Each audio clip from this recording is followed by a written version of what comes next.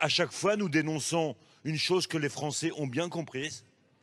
Vous êtes du côté de ceux qui ont le pognon et vous avez décidé de faire payer les pauvres parce qu'ils sont les plus nombreux. Ce sont des vautours. Ah, c'est ça. Ils sont là à essayer de faire leur beurre électoral sur un drame humain. Fini, à Gerbet. Vous êtes à Gerbet. C'est fini, ça. Je vous le dis dans les fini. yeux. Ouais, je vous le dis dans les mais yeux et ça monte des prix. Vous êtes à vomir, monsieur. Vous êtes à vomir. Bon, vous êtes bien installé, tout va bien, il n'y a pas de souci, la ville est belle. Il y a beaucoup de mosquées. Oui. Si on pouvait... Vous êtes au cadre. Ça sera coupé au montage, mais c'est du direct. Le mot d'origine arabe employé par les jeunes pour dire « bien fait pour toi ». Tchè. Tchè. Oui. Je trouve que les médias, je trouve que les médias jouent un rôle dévastateur dans les relations humaines.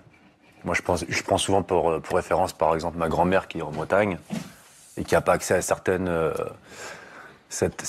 connaissances ou certaines choses qui peuvent se passer, par exemple, sur Paris. Elle regarde BFM TV, elle devient raciste. C'est une réalité. Mais c'est vrai, c'est vrai. Et alors, si elle va sur CNews, je te raconte pas. Comme Noël, je m'en fous. Pâques, je m'en fous. Le Ramadan, je m'en fous. Vous êtes amoureux de vos fleurs, quoi? Non, même pas, je m'en fous même pas aussi.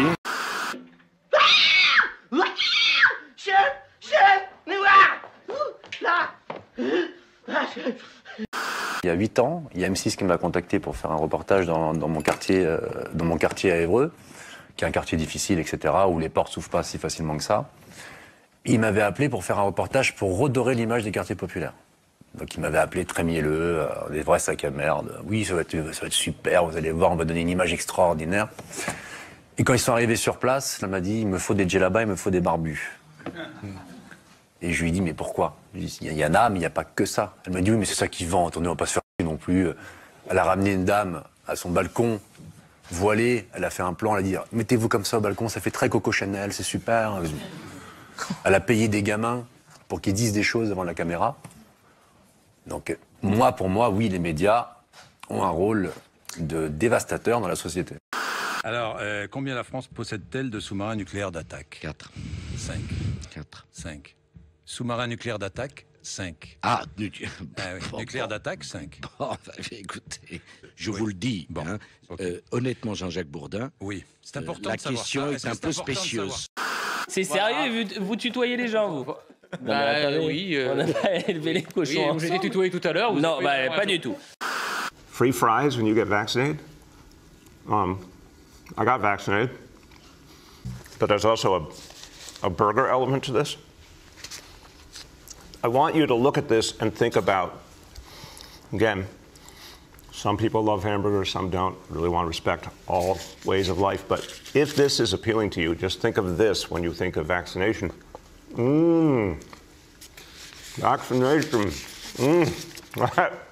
Bien, le robot va viser le point d'injection sur le bras au bon endroit et il va injecter le vaccin en intramusculaire. Il fait peur, votre truc, je sais pas pourquoi. Devant les salles de spectacle ou bien devant les concerts, les salles de concert ou devant les stades, eh bien, on pourra avoir un système qui fait le test Covid automatiquement.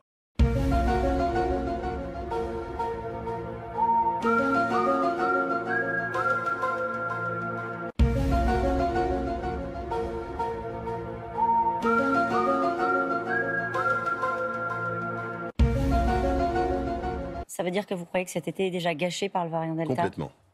Merci. De rien. Merci. De rien. Vous n'aviez pas prévu de parler de Vincent Bolloré sur le plateau de Cyril Hanouna? L'objectif c'était d'expliquer que... Je vous explique. L'objectif, c'était d'expliquer que les milliardaires qui appauvrissent la France sont les mêmes milliardaires qui appauvrissent l'Afrique. Vous étiez venu pour en parler. Vous aviez prévu de faire ça là. Et j'ai vu Bolloré, il est propriétaire de la chaîne. Je me suis dit, ah tiens, il est propriétaire. Vous ne le saviez pas avant? Non, je savais qu'il était propriétaire de la chaîne. Oui. Et je me suis dit, bon, ils vont pas te censurer. Ils vont peut-être t'envoyer. Mais heureusement que je prépare mes sujets. Non. Ça veut dire quoi? Ça veut dire quoi, pardonnez-moi? Ça veut dire quoi? On tape qui? On tape quoi? S'il est fait. Faut-il intervenir en Syrie contre Bachar al-Assad pour faire cesser ses crimes? une frappe, une intervention en Syrie. Il faut une intervention internationale. Principalement, là, on parle d'une intervention militaire contre Bachar el-Assad. Principalement contre Daesh. Cyril Hanouna vous porte plainte contre vous pour diffamation. Il y a plusieurs de vos propos qui sont listés. Notamment, vous l'accusez de participer à la montée du racisme en France. Et vous dites aussi qu'il fait le jeu d'Éric Zemmour. Vous maintenez ces propos. Je maintiens ces propos. Est-ce qu'on pourrait pas peut-être se demander qu'un présentateur qui fait partie du groupe où vous avez accessoirement CNews à côté, un présentateur qui a autant mis en valeur Éric Zemmour. C'est le présentateur, qui a donné. Il a fait monter c'est le présentateur. Le clash et le buzz, mais en fait, vous adorez ça aussi. D'ailleurs, vous êtes en la matière un champion aujourd'hui. Oh, je vous remercie, mais ce n'est pas mon objectif. Je crois. Non, mais vraiment, ça dépend. C'est pas un instrument que vous utilisez. Dites-nous que vous n'utilisez pas ça. Il faut construire la sortie de Bachar el-Assad. Oui, mais donc ça fait 5 ans qu'on le dit. Cette solution, non, parce qu'on a refusé tout contact. Vous attendez quoi de cette plainte? Et quand Cyril Hanouna dit qu'il vous a tout appris, est-ce qu'au fond vous êtes, vous êtes un enfant Hanouna? Vous répondez quoi? Cyril Hanouna m'a jamais appris à faire des manifestations ou à mener des luttes sociales. Non, mais à faire de la télévision et à faire du buzz. Il faut parler à Bachar el-Assad pour lui dire de partir, c'est ça? Vous lui devez beaucoup peut-être. Vous vous dites que votre poste de député. Non, est-ce que vous vous dites que votre notoriété, peut-être le fait d'avoir été élu député, c'est en partie grâce à lui? Cyril Hanouna n'a pas voté pour moi. Ça veut dire quoi? On tape qui? On tape quoi? Quand vous aviez travaillé là-bas dans cette émission. Oui, j'avais travaillé. Donc Bolloré a même été votre patron avant. Non, mon patron c'était H2O. Non, mais parce que vous connaissiez vous le sujet du Cameroun et des 145 et puis. Vous saviez pas qui était Vincent Bolloré quand vous travailliez pour lui? Remettons un peu les choses, l'église au milieu du village, comme on dit. Je sais qui est Vincent Bolloré et je sais que vous avez 8 milliardaires qui possèdent 90% des médias de ce pays. Ça, je le sais depuis toujours. Au moment où j'ai voulu expliquer. Tant que Vincent Bolloré vous paye, ça vous pose pas de problème. Quand vous ne travaillez plus pour lui, ça devient un problème. Je le redis, 8 milliardaires possèdent 90% des médias. Pour moi, ces espaces d'expression démocratique, ils sont censés appartenir au peuple. Parce que des milliardaires nous ont volé cet espace d'expression démocratique, on devrait se coucher, on devrait ne plus y aller, on devrait les laisser l'extrême droite tenir des propos racistes et islamophobes toute seule. Non, on mène la bataille culturelle et on tient tête. Merci beaucoup à tous les trois. Tout de suite, nous allons en Ukraine. C'est pas possible. Mais c'est pas une langue que tu as, c'est de l'acide sulfurique qui te coule, là. Dis-moi, de quoi tu veux qu'on parle pour que tu craches pas ton venin? Si un serpent te mord, c'est lui qui meurt. Alors ne parlons pas du lavage, pourtant c'est pas les lessives qui manquent. Il y en a en liquide, en sachet, en papillote, en bâton, en poudre. Il y en a qui réveillent le blanc, il y en a qui réveillent le noir, il y en a qui réveillent les morts. On dirait qu'on les invente pour toi. Et toi, quand je te donne une chemise bleue à laver, je retrouve une brassière kaki. Kaki! Je suis pas parachutiste, je suis policier. Alors quand tu repasses, on dirait un plombier zingueur qui fait une soudure. Un fer à repasser, c'est pas un chalumeau. Un pantalon, c'est pas de l'aluminium, c'est de la gabardine. Mais il y a une chose où tu es imbattable. Alors ça, je le reconnais volontiers, je le reconnais, imbattable. C'est pour dépenser l'argent. Alors là, tu pourrais donner des cours à ceux qui donnent des cours. Et laisse-moi vivre ma vie comme je veux. C'est ça, ta vie comme tu veux. C'est-à-dire sortir comme une traînée et me ridiculiser. Je t'avertis, Marie-Ange, il y a des limites. Et quand on dépasse les limites, il n'y a plus de bornes. On dit que vous roulez pour Macron. Non. Vous êtes le poisson pilote parfois. Certains disent. J'ai tout entendu. Vous avez dit. Et c'est vrai que vous avez une proximité avec le président de la République, et ce qui est normal d'ailleurs, parce que vous êtes un phénomène de société. Il n'y en a pas tant que ça dans la télé. Le dernier, souvent, je disais, c'était de Chavannes il y a 20, 25 ou 30 ans. Bon. Alors au départ, donc, il y a Christophe Rocancourt qui est soupçonné, avec son avocat, d'avoir voulu aider 2 Marocaines sans papier à être régularisées. Pas les aider par grandeur d'âme, non, tout simplement pour de l'argent, puisque les 2 Marocaines avaient de quoi payer. Pour obtenir ces papiers, Rocancourt contacte 2 de ses connaissances. Le commandant Proutot, qui est tout simplement le gendarme qui a fondé le GIGN, l'ancien chargé de la sécurité de l'Élysée sous François Mitterrand, et puis Kofi Yamniam, ancien ministre de l'intégration sous François Mitterrand, ancien député socialiste, breton d'origine togolaise. L'ancien super gendarme a aujourd'hui 78 ans et l'ancien ministre 76 ans. Ils sont tous les 2 jugés dans cette affaire pour trafic d'influence. Et comment l'ancien patron de la PJ se retrouve mêlé à tout ça?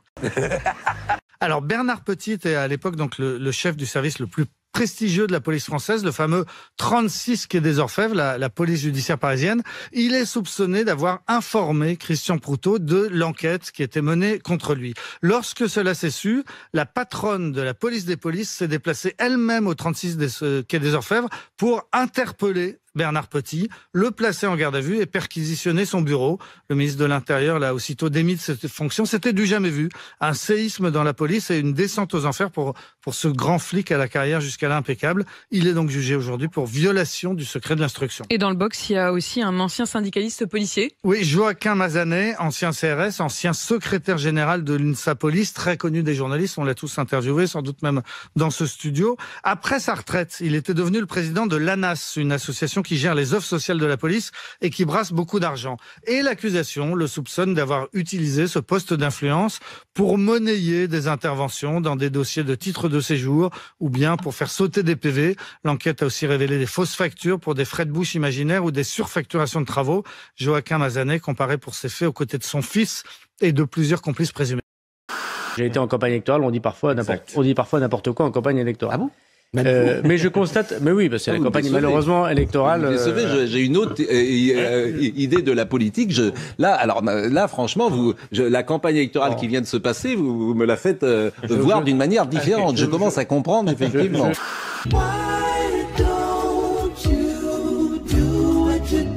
What we want to do. Et en coulisses, loin des caméras, c'est plutôt tendu. La relation franco-allemande est exécrable, va même jusqu'à dire un député allemand. Le couple franco-allemand n'existe plus, dit un participant de l'une de leurs rencontres.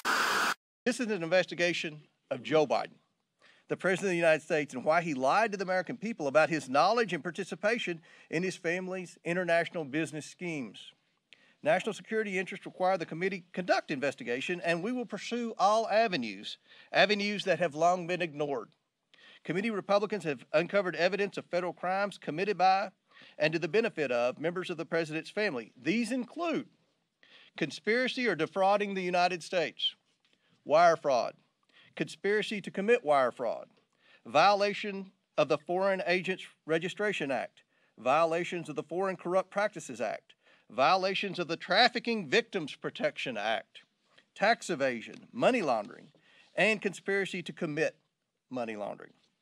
The Biden family's business dealings implicate a wide range of criminality, from human trafficking to potential violations of the Constitution. In the 118th Congress, this committee will evaluate the status of Joe Biden's relationship with his family's foreign partners and whether he is a president who is compromised or swayed by foreign dollars and influence. I want to be clear. This is an investigation of Joe Biden, and that's where the committee will focus in this next Congress. Il meurt, cette élite, c'est fini. L'élite, c'est l'oligarchie médiatico-politique. Vous, nous et les politiques. Je salue Michel Drucker. Je salue Michel Drucker qui est sur son vélo. Parce qu'il nous regarde avec sur son vélo. Il m'a dit, je te regarde tous les matins. Bon, mais le problème, c'est qu'il a dit la même chose à Bruce Toussaint. Magnifique. C'est l'hypocrisie perpétuelle de ce milieu. C'est de la merde. Les journalistes disent des choses en plateau qu'ils ne pensent pas, qu'ils disent le contraire parfois. Voilà, je le sais, parce qu'ils sont pris dans le système. Les journalistes ont une part non négligeable. Répétant mécaniquement des formules stéréotypées sur des sujets convenus. C'est curieux, je pense à plein de confrères. Moi, je suis fasciné par cette faille des élites. Joseph de Maistre disait la canaille mondaine. Moi, j'ai proposé, donc, de ce point de vue, en disant, parfois j'en suis. Ça rentre pour moi dans la faillite des élites actuellement. C'est une espèce d'endogamie entre des politiques déphasés et des journalistes qui ne sont que des perroquets. Tout le monde couche ensemble, symboliquement ou réellement. Non mais c'est intéressant, les journalistes. Quand je dis l'endogamie, il y a une espèce de connivence de base. Merci. De rien. Merci. De rien. La City of London est en dehors du Royaume-Uni, vous le savez. C'est vraiment choquant. Par conséquent, elle ne fait pas partie non plus de l'UE, ce qui explique...